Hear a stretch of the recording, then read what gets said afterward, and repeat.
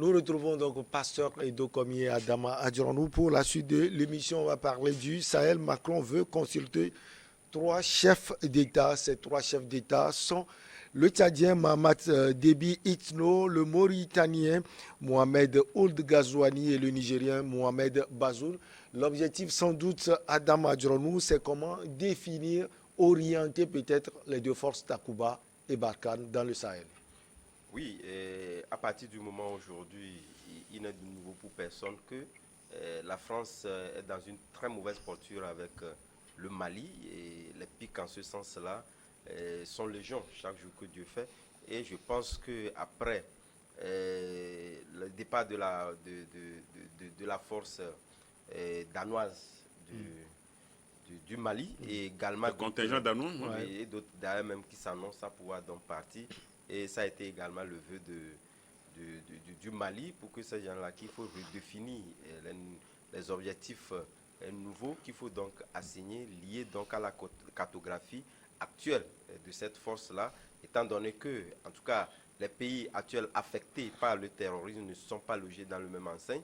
Il y en a qui sont toujours partants à ce qu'ils puissent donc, ces forces-là puissent donc les porter main forte pour lutter contre le djihadisme, qui, je rappelle, n'a pas encore dit ces derniers mots, puisque on constate directement que l'agenda ou l'objectif fixé par ces gens-là est en train de faire son petit bonhomme de chemin. Et aujourd'hui, je pense que nous, pays côtiers, sommes déjà affectés. Le cas du Bénin nous en dit non. Et récemment, avec le Togo, même le Ghana, etc., la Côte d'Ivoire, prouve véritablement que ces gens-là ont quand même, n'ont pas encore, en tout cas, signé leur dernier mot. Et donc, je pense qu'aujourd'hui, dit totalement que, voilà, être dans la même posture que le Mali et dire que, voilà, cette force-là, nous n'en voulons pas. En tout cas, les autres pays ne partagent pas la même conviction que le Mali. Donc, il va de soi que Emmanuel Macron, qui, je le rappelle, occupe aujourd'hui la présidence tournante de l'Union européenne, qui a un œil regardant sur cette force de Takuba, mais également étant le président français qui était à l'avant-garde à l'entame donc de cette lutte-là, où les pays l'ont fait appel et il était là. Donc il est quand même dans ces deux postures-là de pouvoir donc discuter avec les pays qui sont preneurs, notamment la Mauritanie et le Tchad. Est-ce qu'ils sont déjà preneurs? On sait que le Tchad peut-être oui, la Mauritanie, d'accord? Ils sont preneurs. Ils sont preneurs. Parce que ce n'est pas quelque chose qu'il faut véritablement aujourd'hui définir. Ils sont toujours preneurs. Et ils l'ont dit, je pense que lorsque vous écoutez le ministre des Affaires étrangères de la France, je pense qu'il a été clair là-dessus. Voilà. Mais aujourd'hui, la posture à adopter actuellement, il faudrait le définir ensemble. Et surtout aussi le Burkina, c'est compte tenu du fait que le Mali et la France ne peuvent pas aller à l'encontre aujourd'hui de la sanction de la CEDEAO. Voilà pourquoi le Burkina Faso n'a pas été convié, mais il n'en demeure pas moins que, disons, les aspirations profondes du pouvoir du Burkina Faso puissent être aussi prises en compte sans les convier. Les convier voudrait dire quand même aller à l'encontre des décisions de la CEDEAO. Or, moi je l'ai toujours dit, nous savons que la prise de décisions vont toujours dans la sous-région la plus proche. Donc, je pense que s'il y avait un pouvoir véritablement bien établi au niveau du Burkina Faso, ils seront aussi conviés.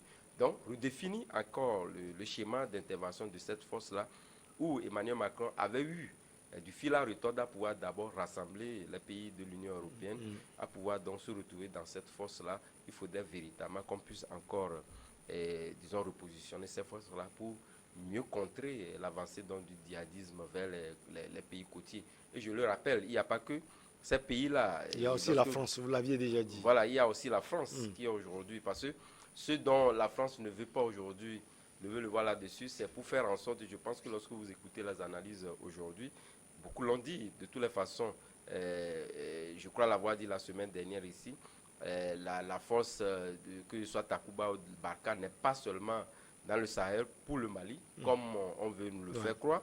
Ils sont là également pour leur propre sécurité. Puisque depuis que cette force est là, nous allons constater que l'avancée vers de ces djihadistes-là, traversant dans la mer pour joindre les côtes européennes, est devenue de plus en plus. Ça n'avance pas du côté de la mer, mais ça avance du côté la mer. Donc, je vais parler de la Méditerranée. Voilà, mais au même moment, il y a un autre aspect qu'il faut prendre en compte. Parce qu'aujourd'hui, au même moment, si la France, comme les autres pays de l'OTAN, joue aux pompiers, ils avaient été aussi les pyromanes. Puis on ne peut pas parler de cette question sécuritaire sans évoquer la déstabilisation de la Libye. Donc, ils sont obligés aujourd'hui de payer le lourd tribut, ce qui ne se dit pas en tant que tel, mais également, disons, l'hypocrisie aujourd'hui aussi de nos chefs, de certains de nos chefs de l'État qui n'arrivent évidemment pas à le dire. Si ces forces-là sont là, ils sont là aussi bien pour la sécurité, mais ils sont là également pour, disons, jouer le rôle de la pré-vente qu'ils ont eu donc à commettre au niveau de la Libye. Il faudrait quand même qu'on soit clair là-dessus.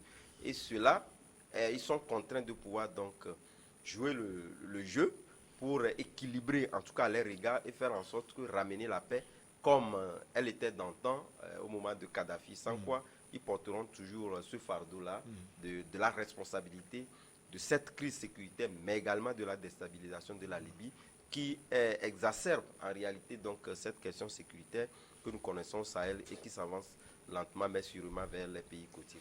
Pasteur Edo Kombi, quand on parle maintenant du Tchad, du jeune Déby, on parle du Niger, de Bazoum, quelqu'un qui a toujours affiché son appartenance à la France. On parle également de la Mauritanie, de Mohamed Ould Ghazouani. Le Mali est finalement au milieu de presque tous ces pays. Ce n'est pas la même formule, mais redéfinie autrement. Non, d'abord, la forme, c'est-à-dire c'est des chefs d'État d'Afrique qui sont convoqués à Paris. Les trois? Qui sont convoqués à Paris. Moi, c'est honteux. C'est convoqué ou invité? C'est honteux pour moi. Pasteur. Moi j'ai de la honte. J'ai de la honte. J'aurais aimé quand même que cette réunion, cette consultation ait lieu en Afrique. Dans un des pays, dans un des trois pays. À Nouakchott, par exemple. À Nouakchott, à Niamey, par exemple. Alors là, il y a du respect.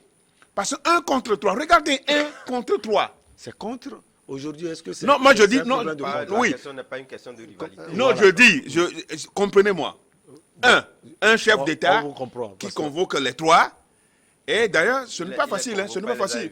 Le contribuable des pays pauvres, très endettés, va être vidé. Il faut aller faire le déplacement. Il faut aller nourrir les caisses françaises, payer les hôtels, payer tout ça là. Et si c'est 2 jours, vous imaginez ce que ça peut être pour la France. Ce que la France peut gagner d'abord dans ça, d'abord. Vous voyez? Mais si ça se tenait, par exemple, au Niger ou bien à Nouakchott, pourquoi pas en N'Djamena? Pourquoi pas en N'Djamena? Donc c'est un peu ça, la dignité que nous réclamons. C'est la dignité, parce que c'est nous avions des problèmes. C'est pour venir régler nos problèmes. Donc que Macron, eux, ils ont de l'argent, ils ont des moyens. Macron n'a qu'à venir en Afrique. Macron n'a qu'à venir en Afrique. Question, vous êtes sûr qu'une réunion en N'Djamena, vous ne trouverez pas à dire non, qui organise encore une réunion autour du jeune Mamad Déby. Mais qu'est-ce que c'est qu'on donne la corde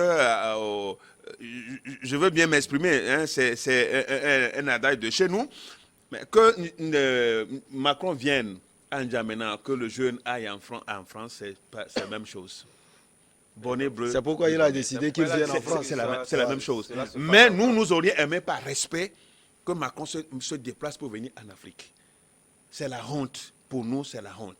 Maintenant, le sujet de consultation... Ça c'est le déplacement. Le sujet de la consultation, ça va servir à quoi? Cette consultation. On dit sur demande, les demandeurs, c'est-à-dire ils ont demandé. Quel pays a demandé? Quel pays a demandé? Le Niger peut-être. Quel pays a demandé qu'ils seront consultés? Juste, c'est pour tourner autour du Mali. Vous l'avez dit tout à l'heure, vous avez vu le Mali? Et même la Mauritanie, qui semblait être neutre dans cette histoire-là, il faut que Macron l'amène. Vous voyez clairement. Je dis dans le cas malien, Le pasteur pensait que dans le cas malien, on a vu la position de la Mauritanie. La Mauritanie. Et tous les analystes le disent. Maintenant, il faut rallier la Mauritanie à la cause funeste, à la force obscure de Macron, pour pouvoir tenir en étau le Mali. Mais ils vont tirer sur du néant. pour nous, ils vont tirer sur du néant parce qu'il y a une cause réelle qui est là aujourd'hui. Maintenant, la consultation. Est-ce que c'est l'objectif? Maintenant, la consultation. Sur quelqu'un. Mais la consultation. C'est pas la lutte contre le réorienter. Mais il a bien atterri en parlant du Mali. C'est le service après-vente. Mais c'est ce qu'ils ont créé, c'est ce que Sarkozy a créé en Libye. C'est ça qui aujourd'hui qui a fait qui a donné une autre allure aux djihadistes. Et aujourd'hui, c'est vrai quand même qu'il y a une partie de l'Occident aussi veut sécuriser ces territoires, c'est tout à fait normal, mais c'est nous qui sommes plus victimes. C'est nous qui sommes plus victimes. Et si aujourd'hui, on décide de se consulter, mais je crois quand même que ces pays, certainement, c'est des pays qui sont pro-français. Vous prenez Tchad, vous prenez de manière, la géopolitique, je veux quand même qu'ils aient leur base là-bas.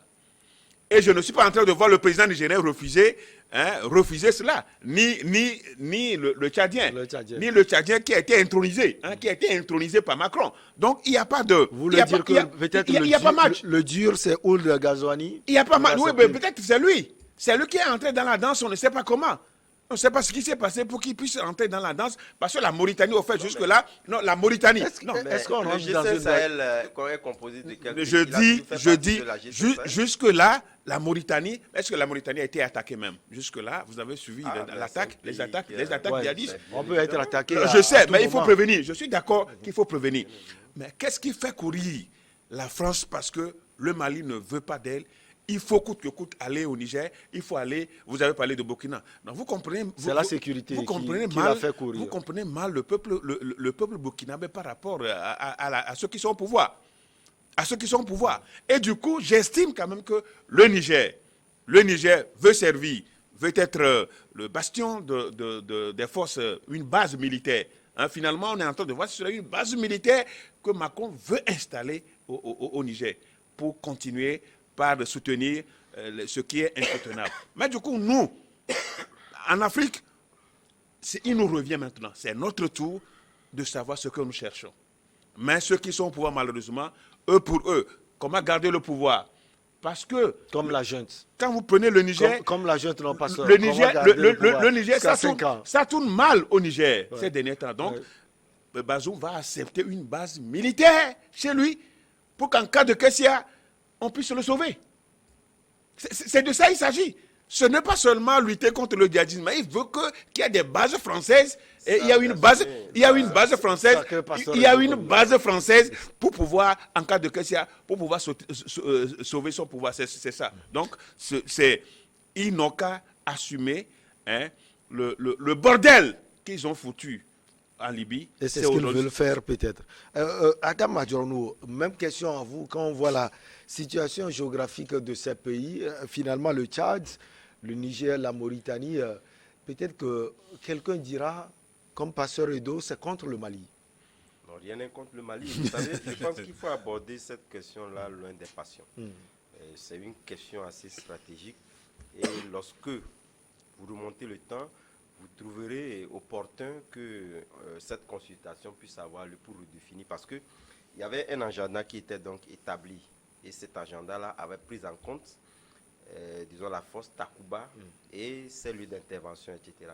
Mais aujourd'hui, à partir du moment où il y a un État qui semble se désolidariser, même si ce n'est pas encore effectif, et l'on également douté également des moyens, il faudrait que les gens se retrouvent également pour redéfinir donc les contours d'intervention de cette force-là. Et se venger surtout. Hein. Et je rappelle également que lorsque le passeur évoque la question que la réunion pourrait donc se tenir en Afrique, je rappelle que la dernière réunion qui a eu lieu sur le continent. Le G5 Sahel, c'était sur le continent, après la mort bien évidemment d'Idriss Déby, et c'était une réunion lorsqu'on a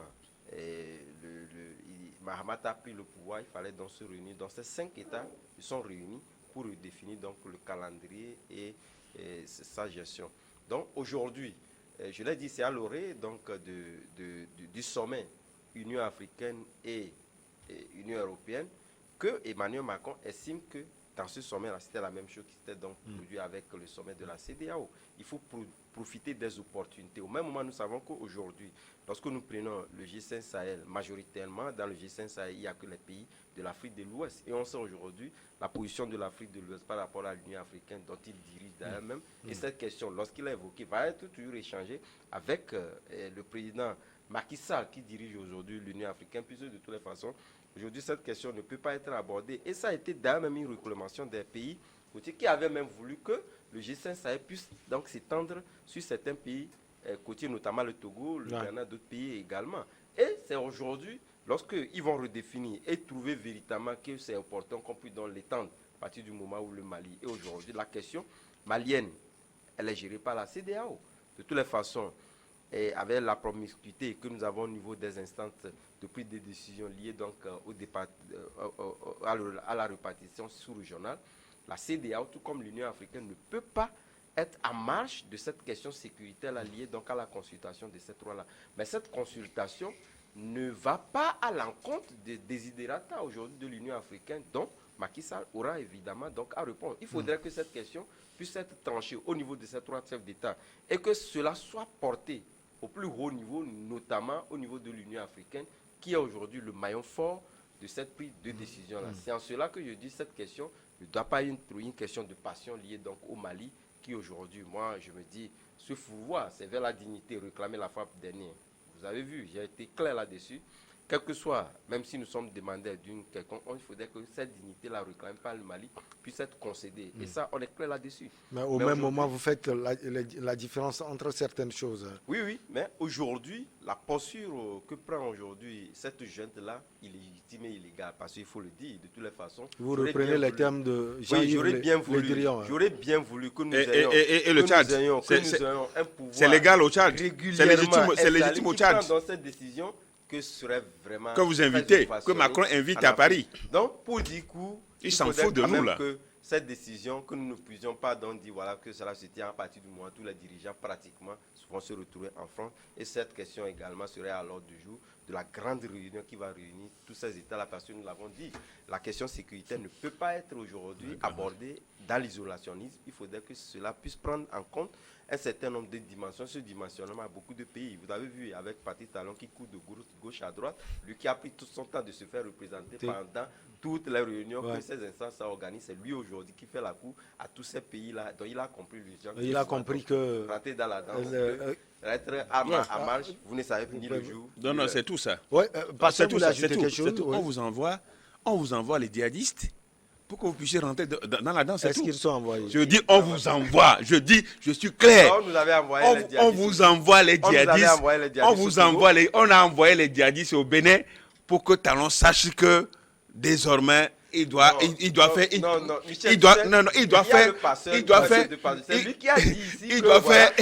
avec les autres. Il faut qu'il collabore avec les autres. Avec les autres.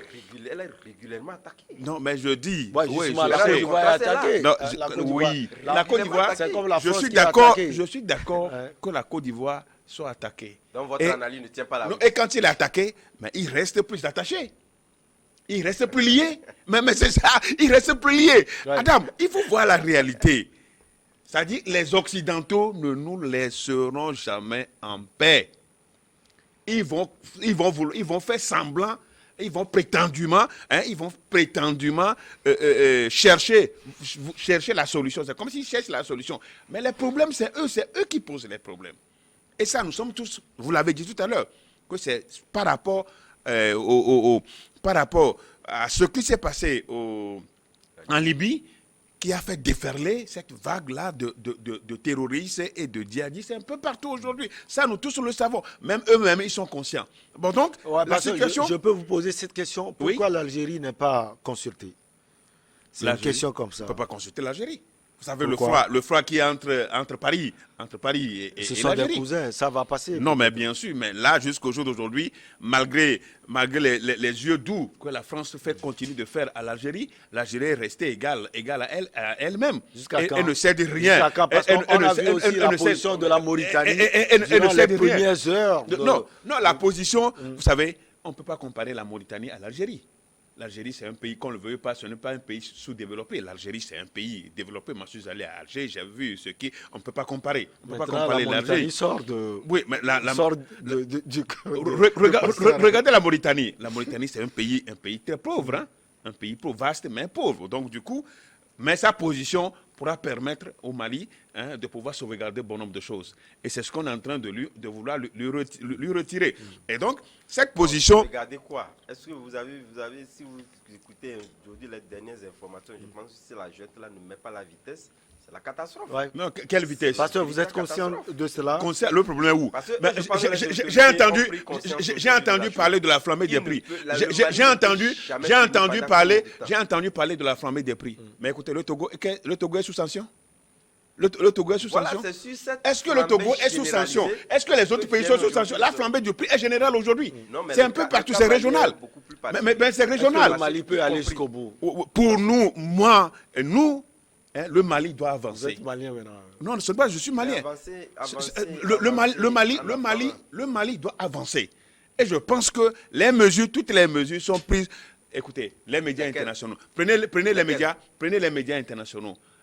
Sont à la sorte de la France. Vous les écoutez? Tous les médias. Vous les écoutez? Tous les médias. Vous les Lorsque écoutez? le passeur part, des fois, je tombe des... Non, vous les écoutez. Non, vous les réclamons. Vous les écoutez? Vous les écoutez? Cette dignité, nous qui réclamons cette autonomisation de l'Afrique, au même moment, on accepte que, voilà, il y a une partie de notre souveraineté qui est affectée. Donc, à la France, en témoignant le fait qu'on dit, voilà, si nous réfléchissons, c'est la France qui nous fait réfléchir. Non, l'un de là. Non, c'est l'impression qu'on a dit au niveau du Tchad que, voilà. J'allais au bout de mon analyse, je n'ai pas encore terminé quand tu m'as coupé. J'étais en train de dire qu'aujourd'hui, moi je l'ai toujours réclamé. Et je continuerai pas à le dire. Je resterai égal à moi-même avec mes analyses pour permettre à l'Afrique de pouvoir avancer quoi qu'elle soit. Parce qu'il faut travailler aujourd'hui les consciences. Il faut réveiller les consciences. La question, vous avez l'impression aujourd'hui que le Mali avance, nonobstant tout? Le Mali est calme. Les difficultés sont là, mais le Mali avance. Mais vous savez, l'homme doit se nourrir l'homme de vision doit se nourrir des difficultés. Même si quand vous avez une vision, il faut accepter les difficultés. Même si la jeune cherche des la France elle-même CEDEAO. aujourd'hui a connu des difficultés. Mais la France s'est ressaisie et aujourd'hui est une puissance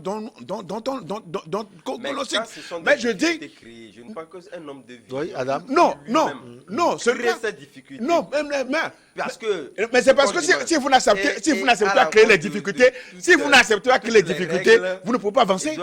Donc je pense que ça vous serez à la sorte des autres. La difficulté s'impose à vous. Oui, il y a des difficultés qui peuvent s'imposer, mais les difficultés que vous acceptez.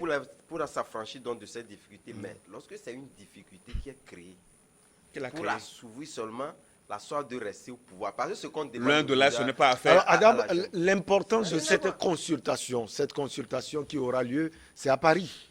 Oui, c'est bien évidemment ça à Paris. Et comme je l'ai dit à la veille, naturellement, donc, du sommet Union africaine, Union européenne. Donc, cette portée, je pense que cette réunion, véritablement, a d'abord double portée, comme je le disais. D'abord, je vous ai dit depuis un moment, c'était à la demande d'autres pays qui ont voulu que le G5 Sahel soit étendu. Parce que tout le monde a compris aujourd'hui que vous ne pouvez plus rester en autarcie en luttant contre le terrorisme. Et donc, beaucoup de pays, y compris d'ailleurs même le nôtre, est toujours preneur pour agrandir. Et d'ailleurs même un sommet en ce sens également est envisagé au Togo. Donc je pense que cette question va être donc discutée. D'abord de pouvoir voir quelle serait donc aujourd'hui la nouvelle formule à pouvoir donc adopter au niveau de ce G5 Sahel-là, lié avec cette question des mercenaires russes qui aujourd'hui agrandit chaque jour que Dieu fait l'effectif. Lié au fait que déjà c'était annoncé que voilà la force Barkhane va partir, on va recirconscrire disons l'envergure de la force Takuba qui prendra au fur et à mesure la relève, ce qui a commencé par être rejeté par le Mali qui veut brader donc ses ressources et ses finances qui n'en a pas assez Donc, en contrepartie de cette force-là, ce que les autres ont déjà pris, ce que les autres ont déjà pendant des années, plus de 50 ans, ce que la France et les autres ont pris de 50 ans. Ce qui reste devait donc leur permettre de pouvoir construire, bâtir le pays. Non, pour que le reste là, le reste c'est pour toujours les mêmes. Le reste c'est tout. Voilà, ce qui est donc à ce groupe Wagner, dont personne ne connaît aujourd'hui les vraies motivations. Même le président russe. Oui, de toutes les façons, comprennent que ce soit l'Union européenne, que ce soit les Russes, personne ne vient en Afrique lutter pour l'Afrique, si ce n'est les Africains. On est d'accord. Ça, de toutes les façons, on est d'accord. C'est ce qu'il faut souligner. On est d'accord. Ouais, c'est peut-être Van Michel. Mais les Français, mais les Français. Pour acheter Samuel. Mais les Français à gauche, mais les Français dehors. Non, bien sûr, je suis d'accord. Je suis d'accord et conscient que personne d'ailleurs, d'extérieur, ne viendra construire l'Afrique pour nous, ne viendra défendre nos intérêts. Nous sommes d'accord. Nous sommes d'accord. Mais pour la France, elle en a tellement fait. Non, elle en a tellement fait. Donc, il faut donner à la Russie. Non, la Russie, au moins, il y a un certain pragmatisme. C'est qu'au moins, ils viennent, ils vont quand même faire un travail. Parce que, nonobstant tout, est-ce que vous voyez une importance dans cette consultation à venir? Quand c'est l'Est-colon qui organise quelque chose, même si il n'y a rien même de bon. Quand c'est Macron qui organise quelque chose, moi, je veux même savoir s'il y a quelque chose de bon ou pas. Vous voudrez bien m'en excuser. Parce que lui, avec son ministre des Affaires étrangères, ou bien ses ministres des Affaires étrangères de défense, nous ont tellement fait de mal à l'Afrique ces derniers jours avec des propos. Oui, bien sûr. Les deux nous ont fait mal. Vous écoutez, vous continuez pas à écouter le ministre des Affaires étrangères. Aucun respect pour l'Afrique. Mais les autorités maliennes sont illégitimes et illégales. Mais est-ce que c'est vrai ou faux? Mais celui de Tchad est légal. Non, nous sommes au Mali. Non, je dis, non, nous parlons de l'Afrique. Adam, regardez ce que les Blancs, les Occidentaux, nous font subir. Ce n'est pas normal. Ce n'est pas normal. On ne peut pas admettre cela. Et c'est de ça qu'il s'agit. Juste parce qu'ils savent que leurs intérêts sont sauvegardés au Tchad. Ils peuvent venir faire tout ce qu'ils veulent. Mais ce n'est pas le cas. Ce n'est pas le cas. Ce n'est pas le cas au Mali. Bon, Et du coup,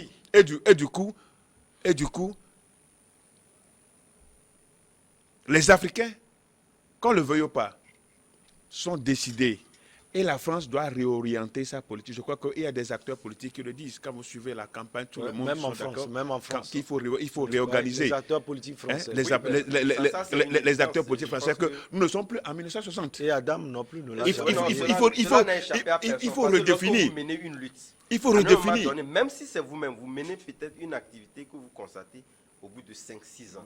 Il y a des écoles. Il faut changer. Mais il faut changer de fusil de pôle. C'est ce que fait donc la France. Donc, ce n'est pas ces opposants-là qui l'ont estimé de le faire. Eux aussi, ils jouent leur rôle. Non, je crois que surtout à l'orée des élections présidentielles.